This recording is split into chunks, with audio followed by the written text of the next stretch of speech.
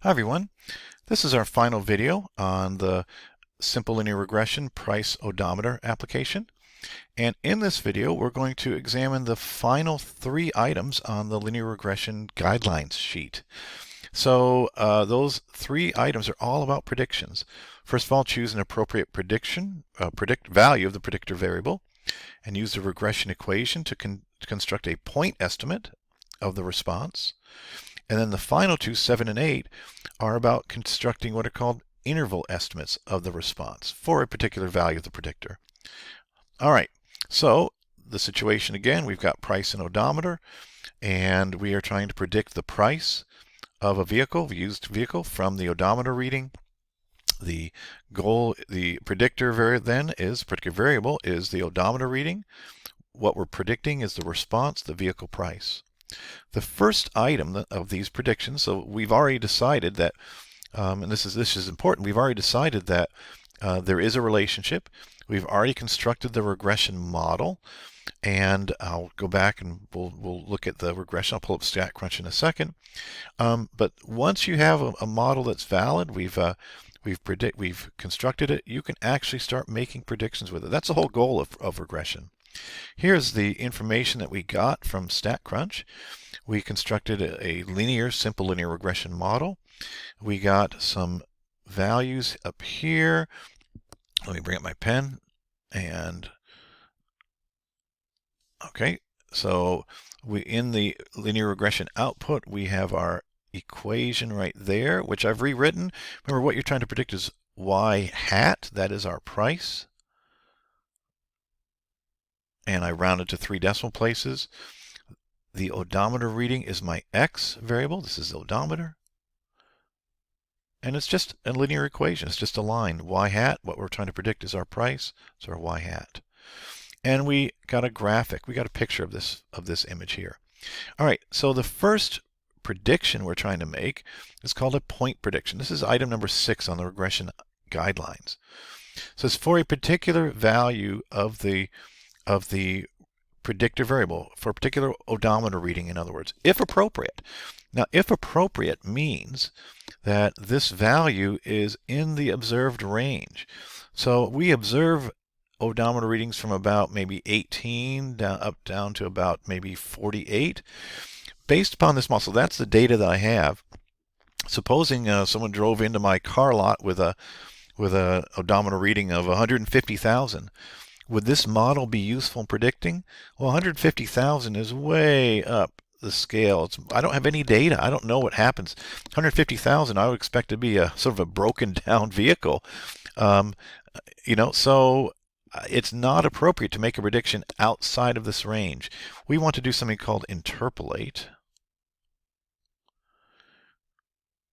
which means we're going to predict within the range of the observed data. If it's not in that observed range, it's not appropriate.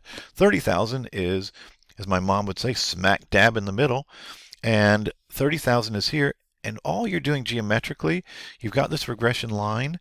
The point prediction means for that regression line at 30,000, I want to try to say, well, what is the value of that point on the regression line? That's the predicted value.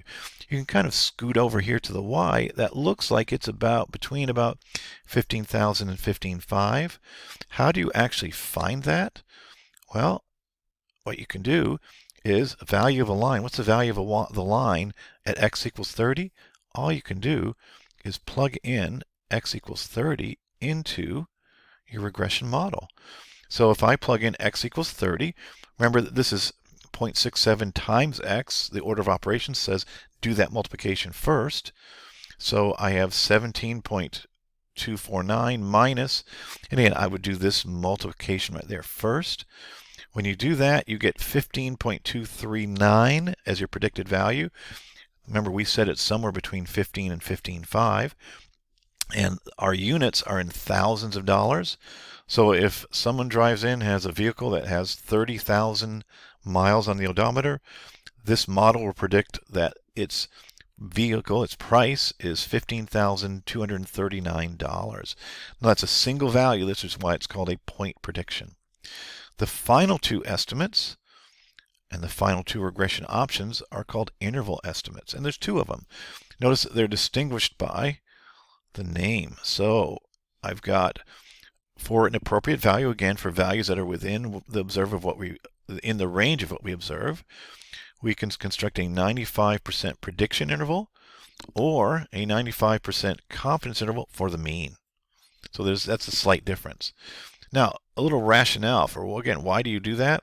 We already went through that if this is for the point prediction, if you have a odometer reading of 30,000, we can go up to the line. So here's our 30,000. Put that value into the equation. That would give us our point prediction right there. But notice our data spread out. How sure are we that that's going to be exact? Well, our data range from about here to about here. It's sort of clustered. It's pretty strong relationship, as we've already talked about. But 15,239 may not be exact. What is the range of in which we expect? That's the purpose for these interval estimates. And here is how you come up with the interval estimates. So if you construct your regression model, if you go to Stat, Regression, and it is simple linear. Hold on, let me bring it up. So simple linear, and I want to, my predictor variable is odometer. What I'm trying to predict is price.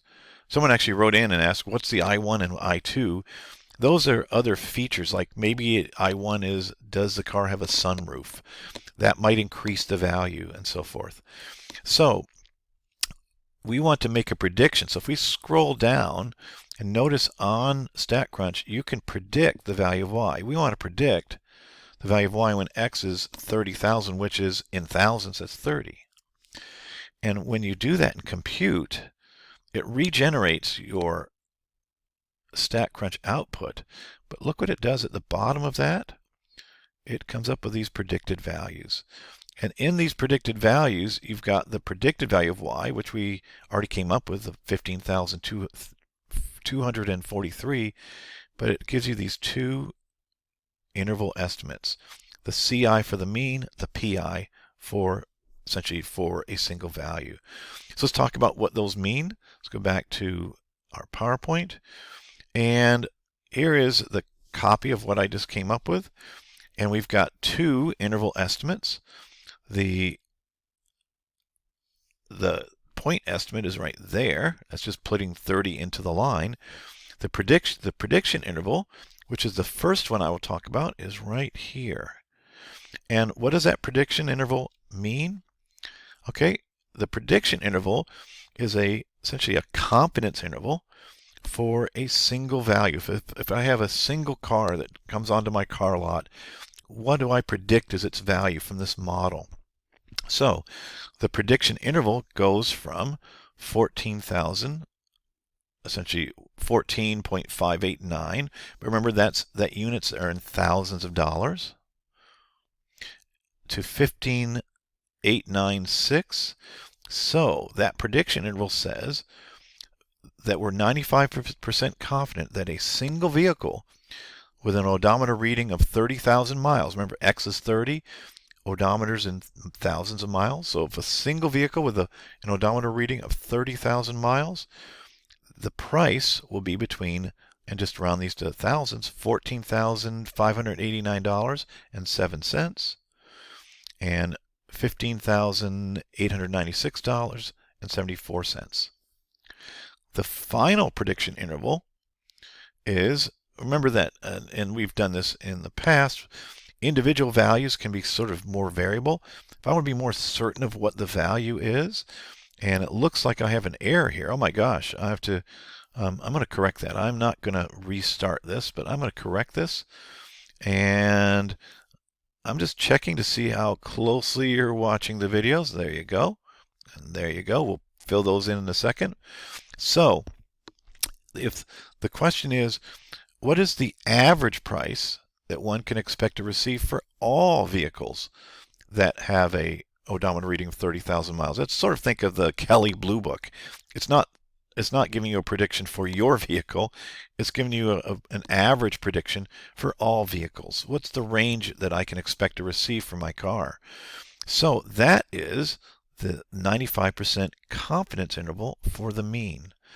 And what this means is that we're 95% confident that the mean price of all vehicles, not just of the one, but of all vehicles with a odometer reading of 30,000 miles will be between, and we just convert these to thousands, so it'll be $15,155.04. And the upper range is $15,330.76. So the prediction interval is for a single value, and that gives us a sort of a confidence range for where we expect that one car should be. The 95% CI for the mean is the confidence interval for the mean price of all vehicles that have that odometer reading.